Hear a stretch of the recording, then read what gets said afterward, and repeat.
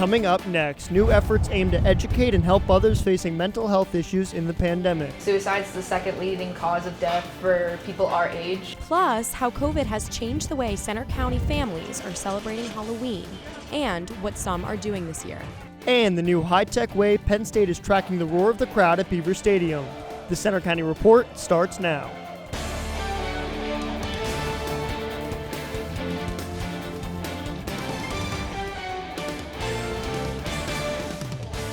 Good afternoon. I'm Claire Vokey. And I'm Mike Hopp. Thanks for joining us for the Center County Report.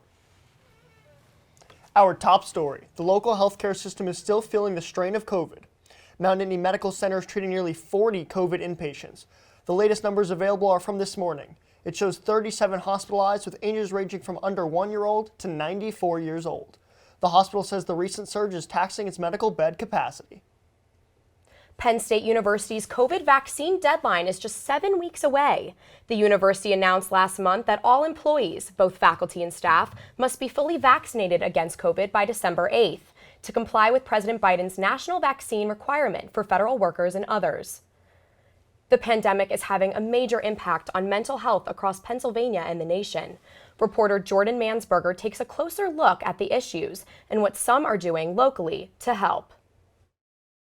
Through the challenges of the pandemic, mental health has become an important topic nationwide, and experts say college campuses are getting hit hard. There's such a focus on peer relationships and social interactions during college, and then that was taken away for how long? Social worker Tessa Bills says she believes the pandemic created new problems for students dealing with mental health issues. I know that things are opening back up, but it's also not advised to be doing a lot of the things that most college students do. UNC in Chapel Hill, North Carolina canceled classes last week for a wellness day after 2 student suicides there.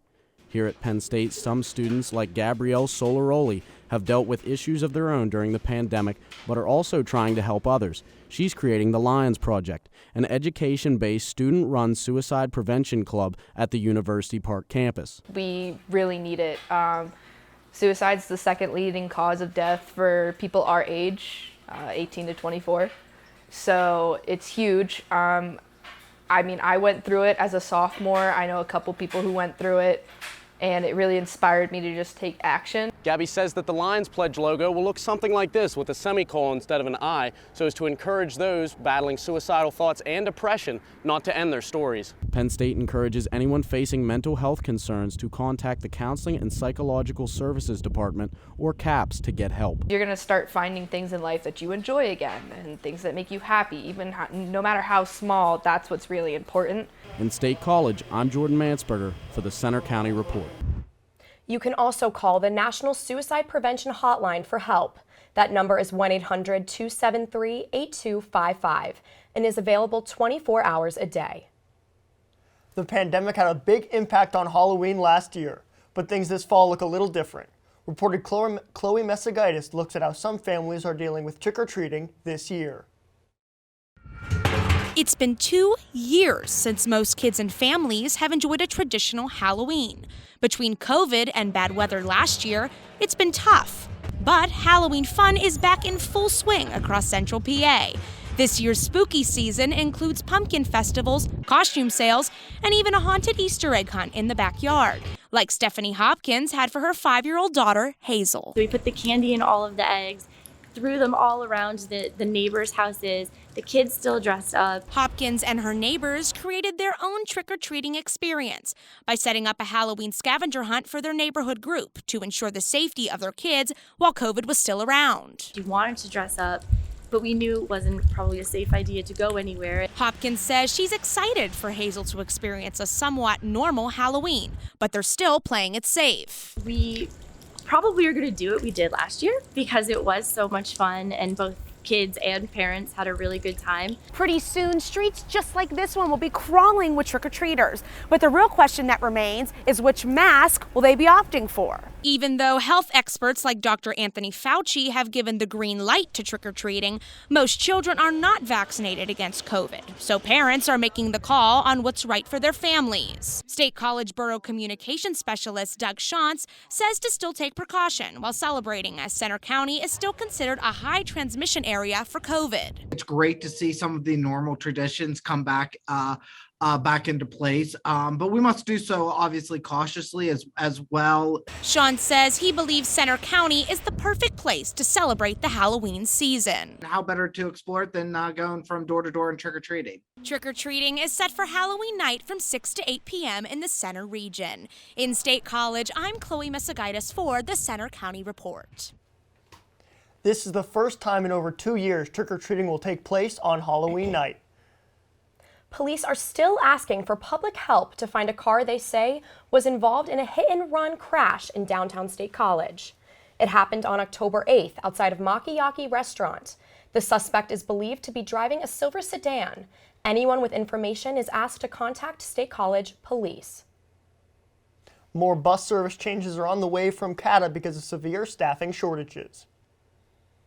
CATA says its football game day shuttles will be suspended for the rest of the season, and all routes will be temporarily end at 11 p.m. Changes to 4 routes and the Penn State campus loops and links are coming as well.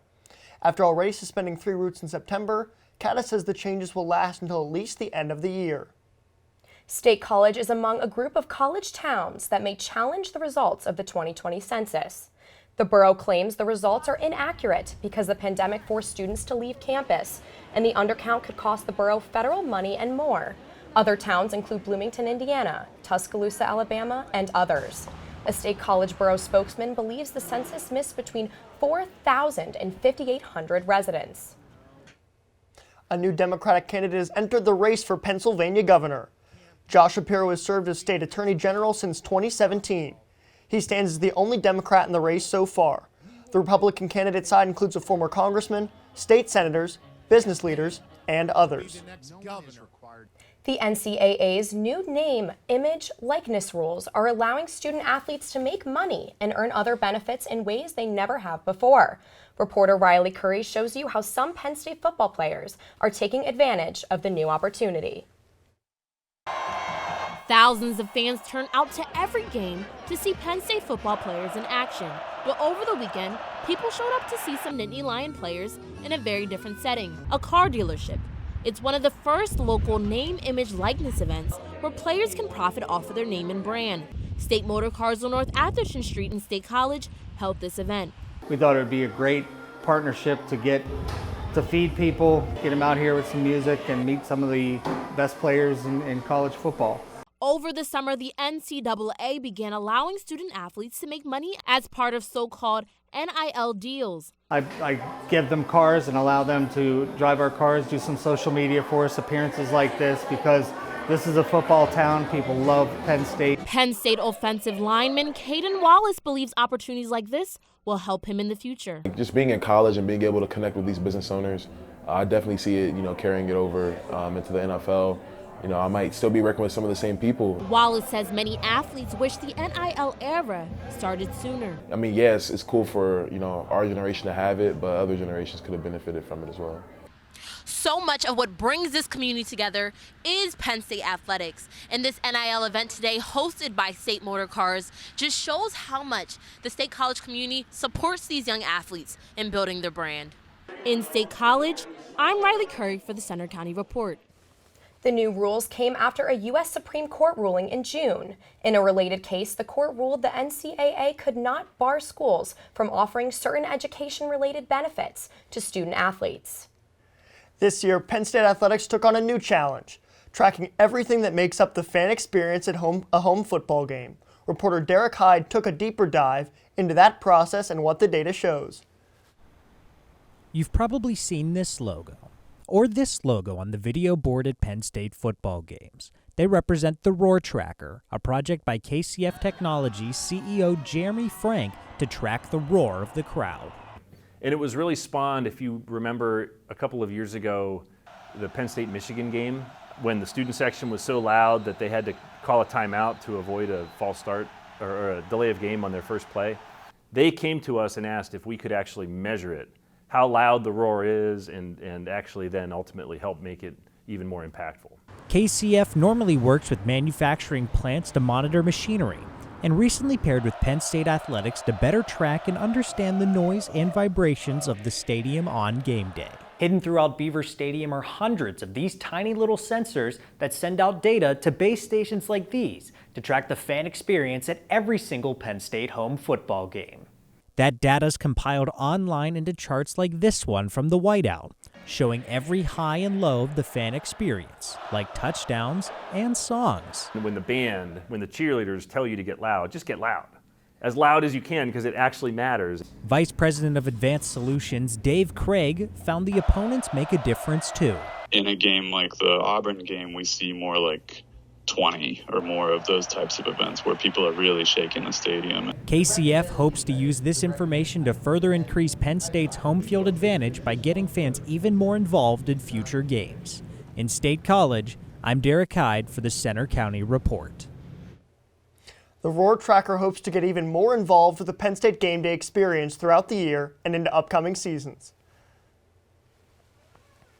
Still to come on the Center County Report, we'll check in with Kevin for the 7-day weather forecast. Plus, 3 Western Pennsylvania colleges are merging and getting a new name. Also coming up, how a 101-year-old is lacing up and training to defy the odds. That story and more after the break.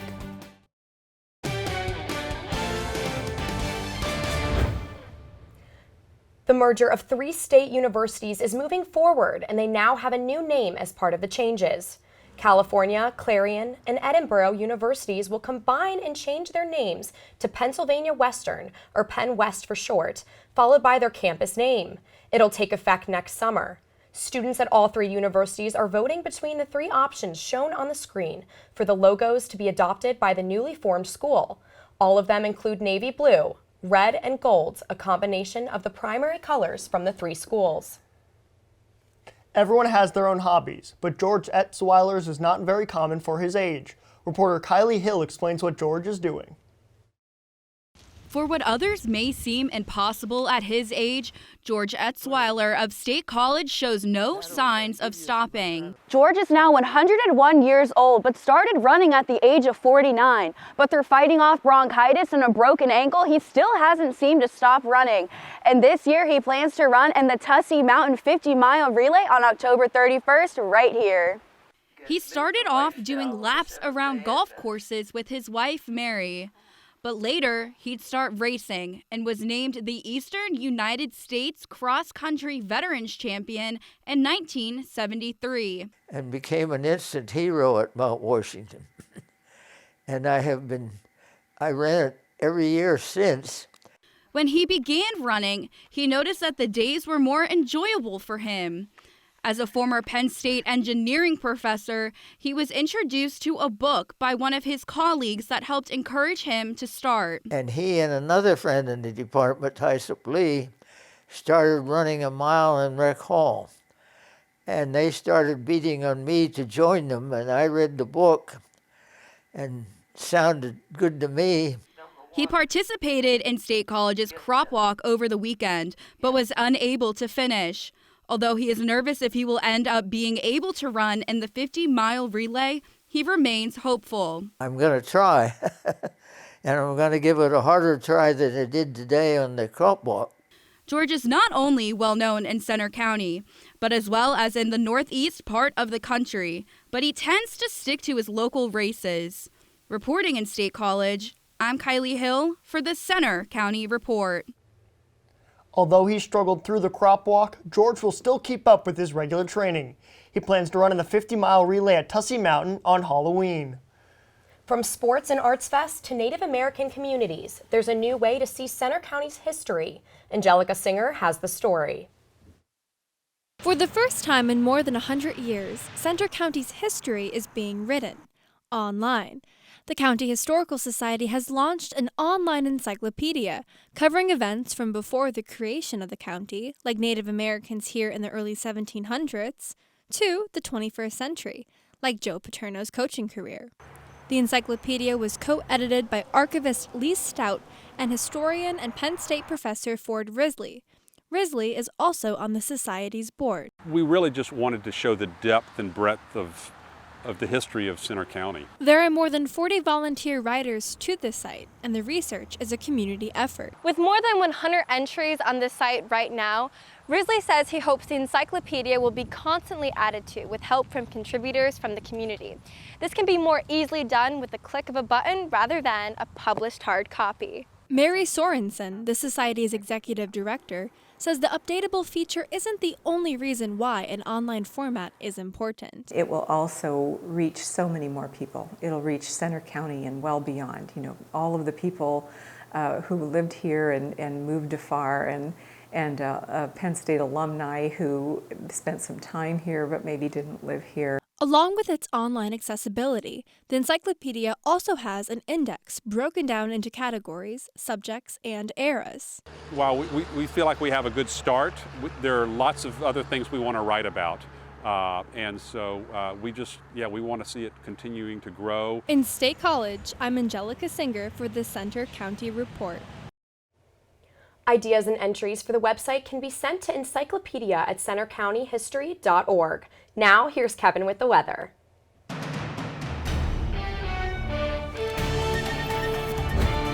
It was a chilly start across much of Pennsylvania, including here in State College, where we dropped down to 44 degrees as you were getting out and about this morning. But I wanted to step back and give it a little bit of a retrospective here.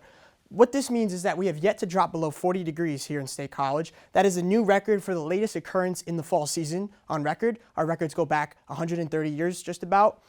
Average, it occurs right on the equinox, right around September 21st is when you generally see that, and we're not forecasted to have an opportunity to do it again until October 23rd.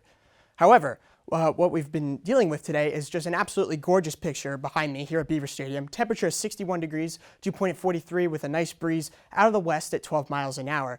Temperatures across central Pennsylvania generally in the low 60s. Here in Selinsgrove, it's at 63 after they actually bottomed out at 36 this morning. And as we expand outwards to the rest of the state, we got some low to middle 60s out west and generally around 60 in the east. Current look at radar and satellite, no clouds to speak of, no rain to speak of, thanks to a high pressure that is in control. As we zoom in on back out to the United States, high pressure centered in the southeastern United States is giving clear skies across not just Pennsylvania, but again, this whole swath of the country. Our next weather maker is out here, this low pressure system currently producing snow in the Rockies. And we'll time it out for you. Here comes the cold front after another day of sunny and breezy conditions Wednesday. Cold front comes here for Thursday. It'll knock down the temperatures. Another chance for rain here on Saturday during the game, unfortunately. We'll keep our eyes on that. Stay tuned. And then as we head in for the rest of today, we have a high temperature of 66 degrees. Mostly sunny skies, mild for this time of year once again. West winds 5 to 10 with gusts up to 20. For tonight, we'll only drop down to 50 degrees, mainly clear, but not as cold as this morning, with a west wind at 5 to 10 miles an hour. And for the day tomorrow, it'll pretty much be a repeat of today, but a little bit warmer. Temperature of 70 degrees. Again, mainly sunny skies. A few more clouds than today, but generally mainly sunny skies. Southwest winds now at 5 to 10 miles an hour with gusts over 20 once again. And as we take a look at that 7-day forecast, here comes that cold front for Thursday. Mostly cloudy conditions for Friday. And then as we get into Saturday, again, that isolated rain chance during the game. And then behind that, we are going to be dealing with absolutely what we think of autumn, cloudy skies in low 50s.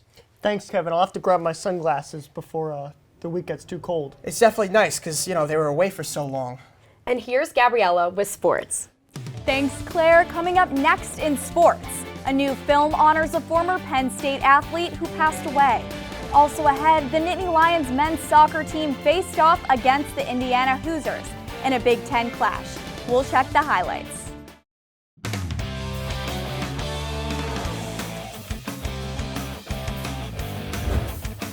I'm Gabriella Hornak with sports.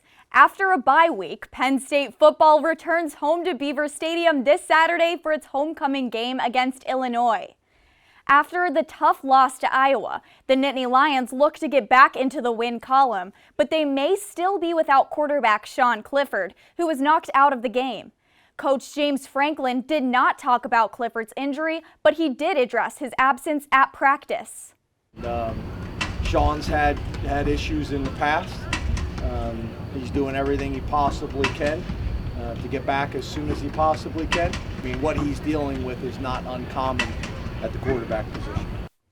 Franklin hasn't yet said who will be the starting quarterback on Saturday. Now to high school football. The State High Little Lions hosted the Carlisle Thundering Herd over the weekend. Reporter Derek Hyde has the highlights. The biggest play of the game happened just over my shoulder, with Carlisle's quarterback Easy Thomas throwing the ball to Eli Hargrove to win the game with just 20 seconds to go. And instead, they make a big third down play, scrambling down the field and put themselves into a situation. Kid made a great play and a great second effort. So credit to Carlisle. They got a bunch of really good athletes, and congrats on their win, and hopefully we can get them next time. You got to take a deep breath and kind of swallow it for a little bit and kind of regain your cool. Let it hurt a little bit, but not too much that it's going to impact next week. Our kids, we've got some great leadership, and they're tremendous young men, and I couldn't be more proud of who they are. We got to be dogs. We got to be better during warm-ups, like I said. We got to come first quarter hard as we can. A tough loss for the Little Lions, who will travel to Harrisburg next week. Reporting from State College, I'm Derek Hyde. There's another full slate of high school games this Friday, and you can see all the highlights on our football show after the whistle. The soccer regular season is quickly coming to an end for Penn State.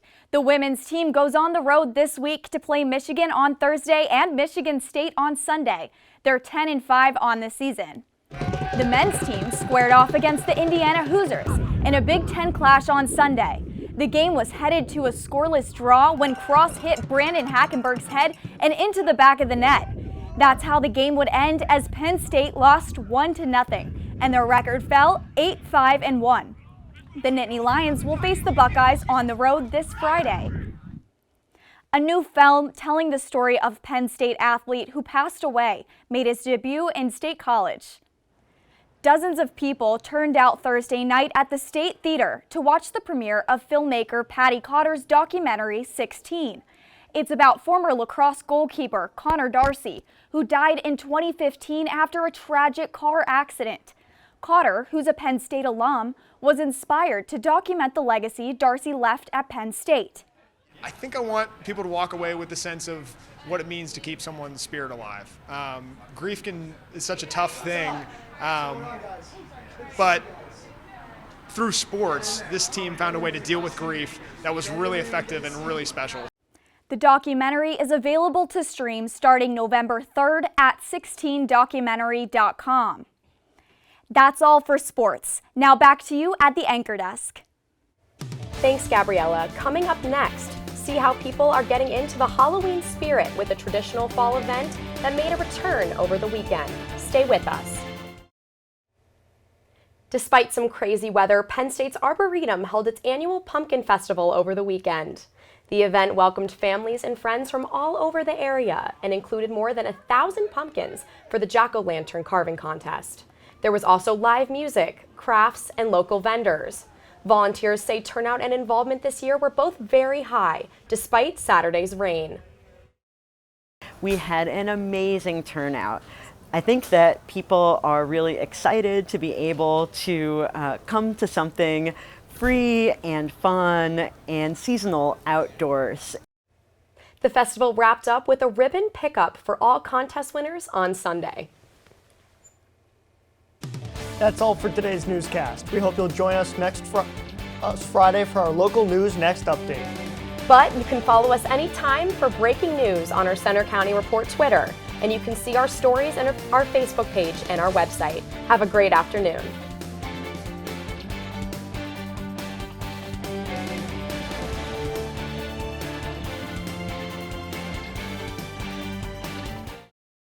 We hope you enjoyed watching the video. Be sure to subscribe to our YouTube channel if you did. For the rest of our newscasts and featured stories, click here. And for sports, click here. Have a great day, and thanks for watching.